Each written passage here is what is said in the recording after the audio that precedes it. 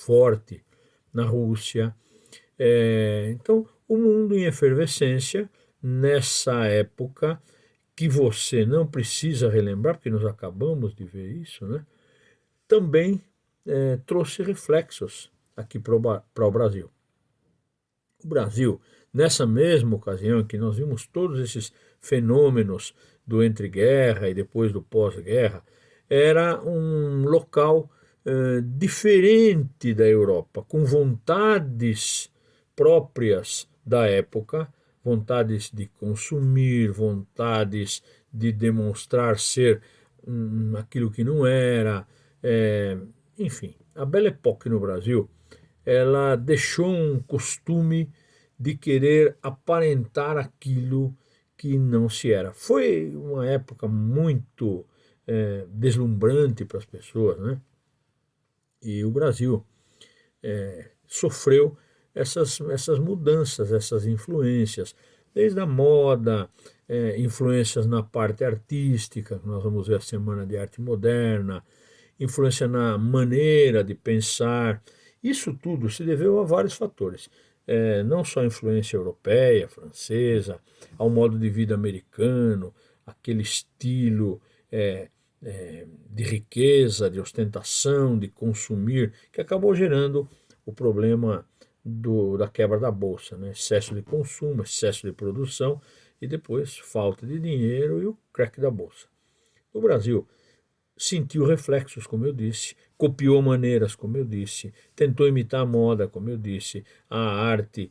Esses questionamentos próprios da época, a efervescência do comunismo, também fomos afetados profundamente pelo fascismo.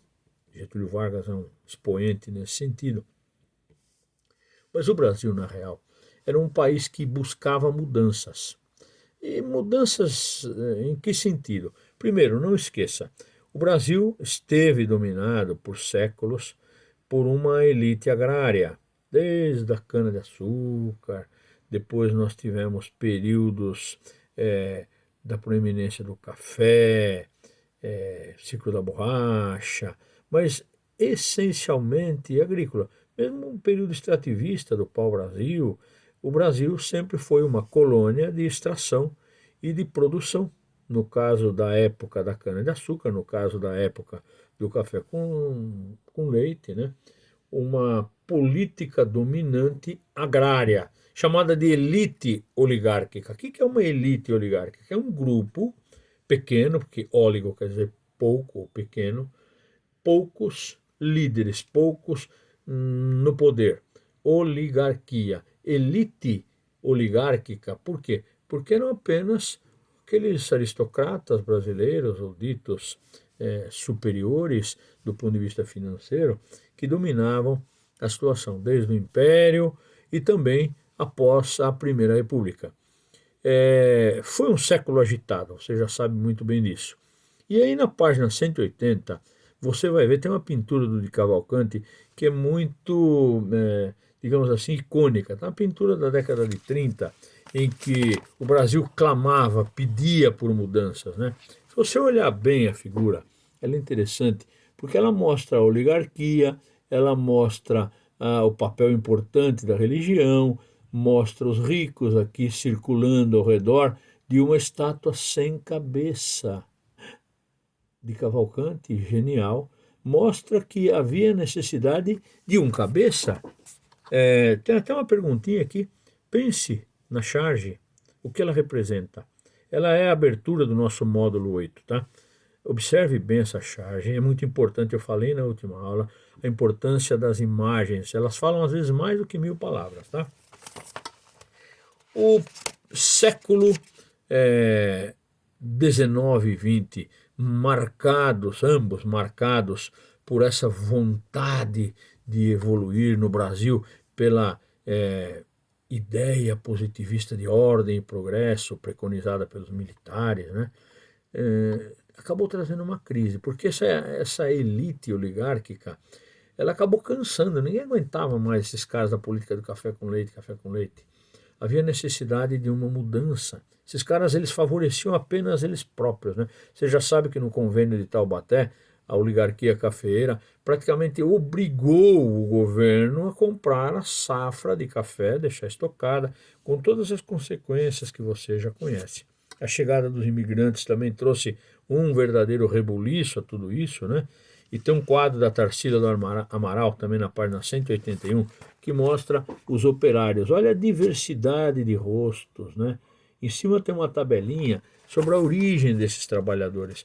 Junto com esses trabalhadores e junto com toda essa efervescência cultural, vieram ideias, ideias novas, ideias anarquistas, ideias comunistas, enfim, formação de sindicatos, de jornais.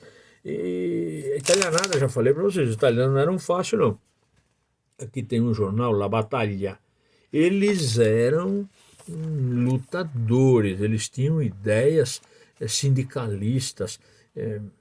E junto com essas ideias novas, dentro do Brasil, também havia uma insatisfação com essa política oligárquica do café com leite, dentro do próprio Partido Republicano.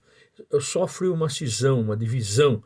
O Partido Republicano se divide naqueles conservadores e nos democratas. Esse Partido Democrata, ele ia fazer algumas alterações que trariam modificações interessantes, continuando sendo a mesma coisa.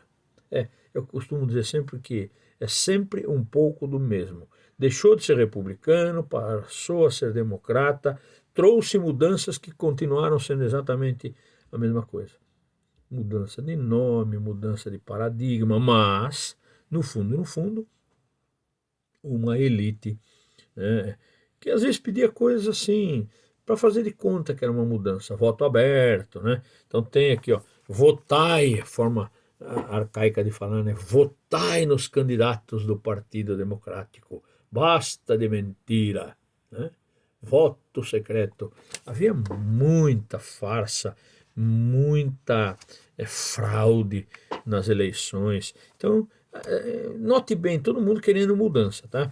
Os italianos, os migrantes com essas ideias, mas os militares também. Em especial, as baixas camadas, chamados tenentes. Isso vai inaugurar um movimento do Exército Brasileiro de insatisfações com ideias fortemente influenciadas pela ideia comunista. Luiz Carlos Prestes é o líder desse movimento, e forma-se uma outra força na convulsão, no ataque de nervos e nas efervescências do Brasil. Foi a coluna Prestes. Então, olha quanta coisa influenciando. Cisão do Partido Republicano, imigrantes chegando, oligarquia cafeeira já causando, sabe, está todo mundo farto dela, ninguém aguentava mais aquela forma de governo. E agora os próprios militares. Na página 183 você deve ler sobre isso, tá? Paralelamente, enquanto essas ideias democráticas provenientes do Partido Republicano, que começa a ter essas cisões, começa uma nova ideia, chamada de Aliança Liberal.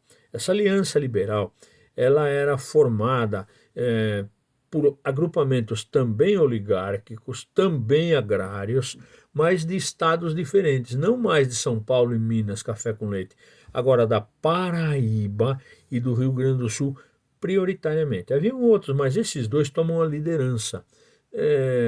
Não era propriamente um choque inicial, havia proposta de uma eleição democrática que aconteceu, mas por baixo havia assim a vontade de puxar o tapete, de tirar da cadeira quem estava no comando. Nessa ocasião é feita a eleição e haviam dois candidatos, o Júlio Prestes e o Getúlio Vargas. Getúlio Vargas tinha um vice, tá? É o João Pessoa, que num dado momento acaba sendo assassinado. E quem ganhou a eleição foi o oponente, representante daqueles caras que já estavam no poder. O Getúlio Vargas, diante do assassinato do João Pessoa, me perdoe, começa a planejar uma revolução. essa revolução seria apoiada por parte dos tenentes, seria apoiada por uma própria consequência do momento, a população atônita diante da quebra da Bolsa de Valores. Pode-se dizer até que a Bolsa de Valores acabou alavancando a Revolução de 1930. Por quê? Estava todo mundo farto, ninguém aguentava mais a situação da política do café com leite, então agora vamos tentar mudar isso. Quem era a proposta mais, ou quais eram as propostas mais interessantes? As propostas da Aliança Liberal. Mas quem ganhou a eleição? Júlio Prestes.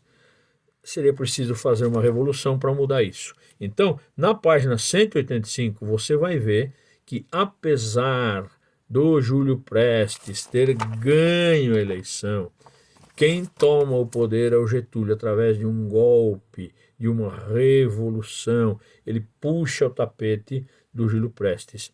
Você vai notar que há motivos escamoteados, escondidos, ocultos em toda essa situação. O estopim foi o assassinato do João Pessoa. Tá? Então você vai ver aqui na página 185, dá uma lida nas atividades, você vai ver aqui o Getúlio apoiado por tenentes, apoiado por parte da oligarquia que era dissidente da oligarquia do café com leite, novos industriais, camadas médias da população urbana, enfim, e todo um contexto que já vinha se arrastando desde a Semana de Arte Moderna de 1922, que você também deverá ver. Além disso, dessa Semana de Arte Moderna, na mesma ocasião ocorre uma outra preparação para essa Revolução de 1930, que era um movimento militar que gerou o tenentismo, mas que foi um momento trágico da história dos jovens militares. 18 rapazes, eles são mortos a tiros, né? Aliás, 18 não, morreram 16, só sobraram 2, né? Você vai encontrar isso na página 187. Militares protestando contra o velho modelo da República Velha, né? Acabam sendo fuzilados cruelmente. Isso também vai ficando nessa esteira da Revolução de 1930. Tá? O Brasil passava por um momento de dificuldades por causa da quebra da Bolsa, café acumulado, faltava grana, tinha vontade de imitar os hábitos europeus, mas não tinha dinheiro, e agora muito menos, que só produzíamos café. O Brasil, portanto, era uma panela de pressão. Obviamente, não podia dar coisa muito diferente. O Getúlio Vargas aproveitou isso e você vai ver no exercício da página 190, ele tirando, puxando, derrubando o Júlio Prestes da cadeira de presidente através de um golpe. Um golpe que derruba quem tinha sido eleito. Então, essa ideia é a ideia da Revolução de 1930. Porém, eu quero que vocês pensem no seguinte: uma revolução, ela tem que trazer uma modificação. O objetivo de revolucionar é tirar aquilo que incomoda e colocar no lugar algo que se pretende que seja melhor. Será? Vamos ver a nossa próxima aula, que vai ser exatamente sobre a Era Vargas. O que acontece depois da Revolução, depois do crash da Bolsa, depois de 1930. Quais são as consequências e como isso vai afetar o Brasil. Beleza? Aguardo a próxima aula. Até já!